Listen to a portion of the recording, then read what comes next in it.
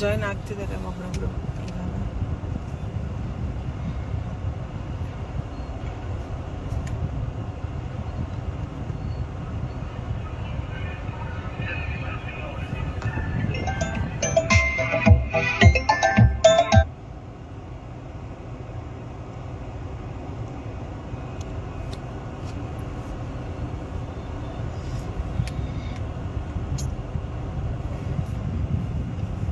ಎಲ್ರಿಗೂ ನಮಸ್ಕಾರ, hi.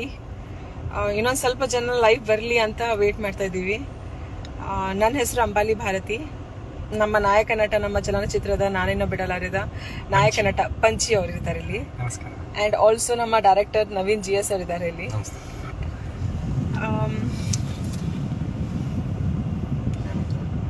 ಒಬ್ರೊಬ್ಬರಾಗಿ join ಆಗ್ತಿದ್ದಾರೆ. ಮೂವಿ ಸೂಪರ್ ಅಂತ ಹೇಳ್ತಿದ್ದಾರೆ. ಪರಮಾನಂದ, ಎಸ್.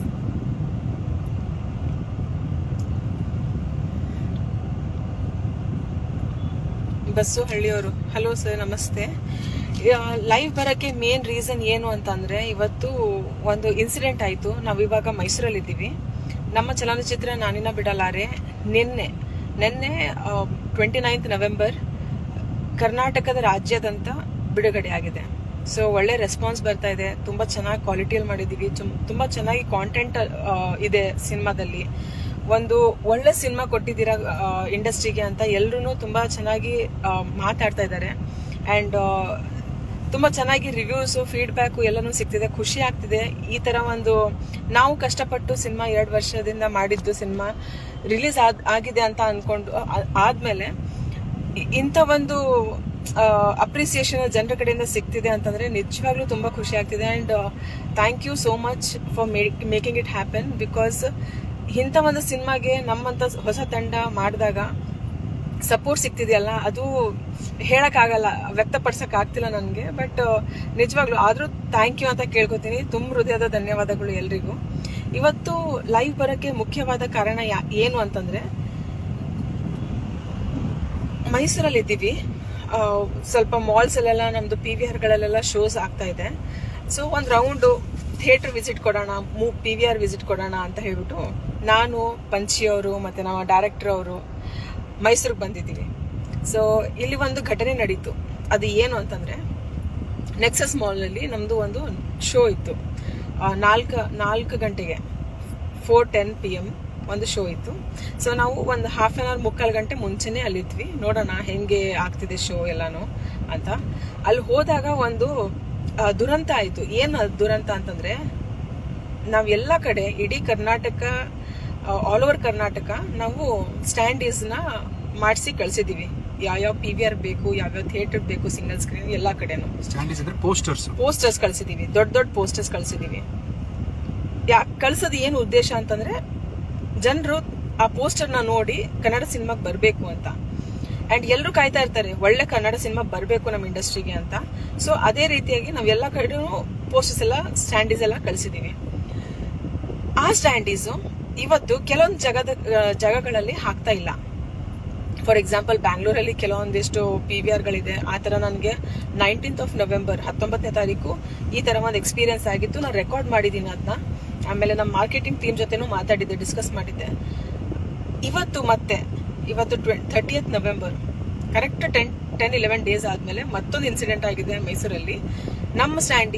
ನಮ್ಮ ಕನ್ನಡ ಚಲನಚಿತ್ರದ ಒಂದು ಅದ್ಭುತವಾದ ಸಿನಿಮಾ ಬಂದಿದೆ ಅಂತ ಏನು ಜನರು ಹೇಳ್ತಿದ್ದಾರೋ, ಎಲ್ಲ ಕಡೆ ಹೊಗಳ್ತಿದಾರ ನಮಗೆ, ಅದು ಒಂದು ಸಿನಿಮಾ ಎಲ್ಲೂ ಸ್ಟ್ಯಾಂಡೀಸ್ ಹಾಕಿಲ್ಲ, ಎಲ್ಲೂ ಪೋಸ್ಟರ್ಸ್ ಹಾಕ್ತಾ ಇಲ್ಲ. ಕೇಳಿದ್ರೆ ಇವಾಗ ತೆಗ್ದಿದ್ದೀವಿ, 5 ನಿಮಿಷ ಆಯ್ತು ತೆಗ್ದಿದ್ದೀವಿ ಅಂತ ಹೇಳ್ತಾರೆ. ಮುಂದಿನ ವಾರ ಅಥವಾ 2 weeks ಆಮೇಲೆ ಬರೋ ಮೂವೀಸ್ ಎಲ್ಲಾನು ಸ್ಟ್ಯಾಂಡೀಸ್ ಅಲ್ಲಿದೆ, ಪೋಸ್ಟರ್ಸ್ ಅಲ್ಲೆಲ್ಲ ಇದೆ. ಬಟ್ ಇವಾಗ ಏನ್ ನಡೀತಾ ಇದೆ, ಈ ವಾರದಲ್ಲಿ ರಿಲೀಸ್ ಆಗಿರೋದು, ಅದು ಎಲ್ಲನೂ ಹಾಕ್ತಿಲ್ಲ ಯಾರು. ಸೊ ಕೇಳಿದಾಗ ಏನೇನೋ ಮಾತಾಡ್ತಾರೆ, ಅದಕ್ಕೆ ಎಲ್ಲೂ ಒಂದು ಅರ್ಥ ಇರಲ್ಲ, ಎಂಥದ್ದು ಇಲ್ಲ. ಸೊ ತುಂಬಾ ಬೇಜಾರಾಗ್ತಿದೆ. ಹಿಂಗ್ ಮಾಡಿದ್ರೆ ಹೆಂಗೆ ಹೊಸಬ್ರು ಬೆಳಿಬೇಕು, ಹೊಸ ಸಿನಿಮಾಗಳು ಜನರು ಹೆಂಗ್ ತಲುಪಿಸ್ಬೇಕು.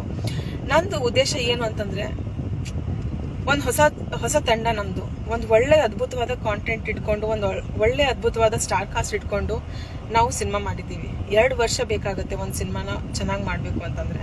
ಕೆಲವೊಬ್ರು 3-4 ವರ್ಷ ತಗೊಂಡ್ಬಿಡ್ತಾರೆ. ಬಿಕಾಸ್ ಯಾಕೆಂದ್ರೆ ಆ ಥರ ಸಿನಿಮಾ ಬೇಕು ಅವ್ರಿಗೆ. ಆ ಕಷ್ಟ, ಆ ಶ್ರಮ ನಮಗೆ ಗೊತ್ತೋದು ಹೆಂಗಿರುತ್ತೆ ಅಂತ. ಸಿನಿಮಾ ಮಾಡೋದು ಒಂದ್ ಕಡೆ ಇದ್ರೆ, ಸಿನಿಮಾನ ಜನರಿಗೆ ತಲುಪಿಸೋದು ಇನ್ನೊಂದು ದೊಡ್ಡ ಬ್ಯಾಟಲ್. ಅದು ದೊಡ್ಡ ಯುದ್ಧನೇ ಅಂತ ಹೇಳ್ಬೋದು. ಅದು ನಾವು ಮಾಡ್ತಾ ಇದ್ದೀವಿ.